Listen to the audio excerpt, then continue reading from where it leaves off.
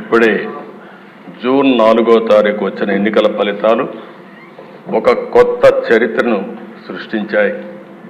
ప్రజా చైతన్యానికి నిదర్శనంగా నిలిచాయి. మీరు చూస్తే దేశ 93% స్ట్రైక్ రేట్, 57% ఈ కూటమికి ఓట్లు పడ్డాయి. ఇది నా రాజకీయ జీవితంలో ఏ పార్టీ కూడా, నందమూరి తారక రామారావు గారు పార్టీ పెట్టినప్పుడు కానీ 94లో కూడా రాలేదంటే అది ప్రజలు మన మీద పెట్టుకున్న నమ్మకం అనే విషయం మనందరం గుర్తుంచుకోవాల్సిన అవసరం ఉంది. అధ్యక్ష, ఒక్కొక్క పార్లమెంట్ 70,000, 80,000, 90,000 మెజారిటీ వస్తాయి. అలాంటిది 95,000 మెజారిటీ ఒక అసెంబ్లీలో వచ్చిందంటే నేను మనస్ఫూర్తిగా అభినందిస్తున్న. గాజువాకలో 95,000 మెజారిటీ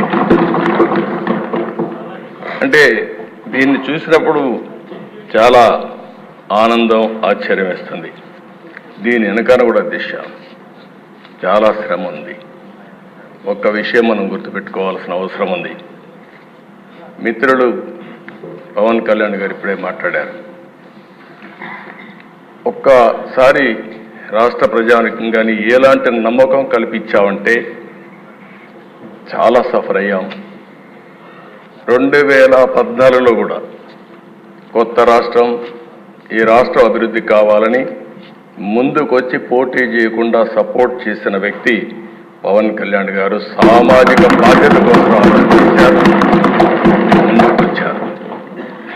తర్వాత దిశ మొన్న ఎలక్షన్లో ఆయన్ని మేము చూసినప్పుడు చాలా సమస్యలు వచ్చాయి.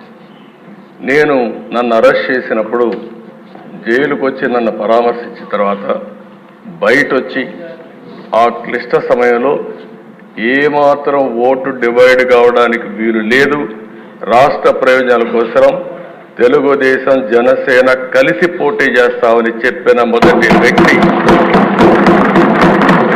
పవన్ కళ్యాణ్. అంటే ఇది ఒక సామాజిక బాధ్యతగా తీసుకున్నారు.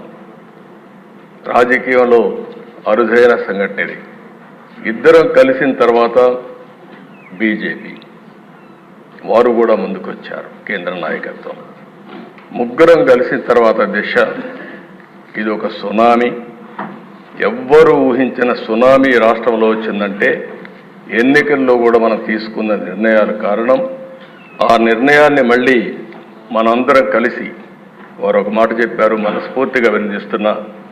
ఈ రాష్ట్రాన్ని మళ్ళీ ఘాటిలో పెట్టి అన్ని విధాల అభివృద్ధి చేసే వరకు ఏమాత్రం ఆలోచించకుండా సమైక్యంగా ముందుకు పోవడానికి ఆలోచిస్తామని ఈ సభ ద్వారా రాష్ట్ర ప్రజానికానికి కూడా మేము ఒక హామీ ఇస్తున్నాం, చేస్తామని చెప్పి కూడా మీకు కూడా తెలియజేస్తున్నాను అధ్యక్ష.